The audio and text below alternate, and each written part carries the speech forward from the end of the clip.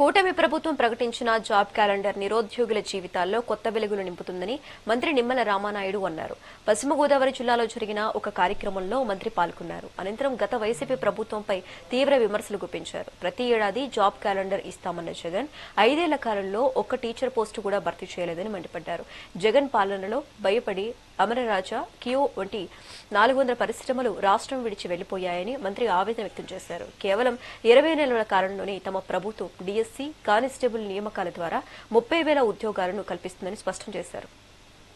అవకాశాలు కల్పించాలనే ఉద్దేశంతో ఆ రోజు 2024 ఎన్నికల ముందు చాలా క్లియర్ గా 5 సంవత్సరాల్లో 20 లక్షల ఉద్యోగాలు కల్పిస్తామని ఏదైతే మాట ఇచ్చామో ఆ మాటను నిలబెట్టుకుంటూ మరి ఈ రోజు ఈ కూటమి ప్రభుత్వం అధికారంలోకి వచ్చిన తర్వాత మనందరం కూడా చూస్తూ ఉన్నాం.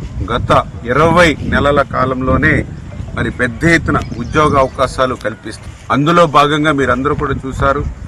ఆ రోజు డిఎస్సి 16,300 పోస్టుల డిఎస్సి పోస్టులు భర్తీ చేయడం కానీ, అదేవిధంగా పెద్ద ఎత్తున పోలీసు కానిస్టేబుల్ పోస్టులు భర్తీ చేయడం కానీ, అదేవిధంగా యూనివర్సిటీల్లో అధ్యాపక పోస్టులు భర్తీ చేయడానికి నోటిఫికేషన్లు తీసుకెళ్లడంలో కానీ, అదేవిధంగా జూనియర్ కాలేజీ లెక్చరర్స్ భర్తీ చేసేటువంటి విషయంలో కానీ, ఇట్లా ప్రతి డిపార్ట్మెంట్ నుంచి, అందులో కూడా ముఖ్యంగా ఉగాదిని పురస్కరించుకుని నిన్ననే మీరందరూ కూడా చూశారు.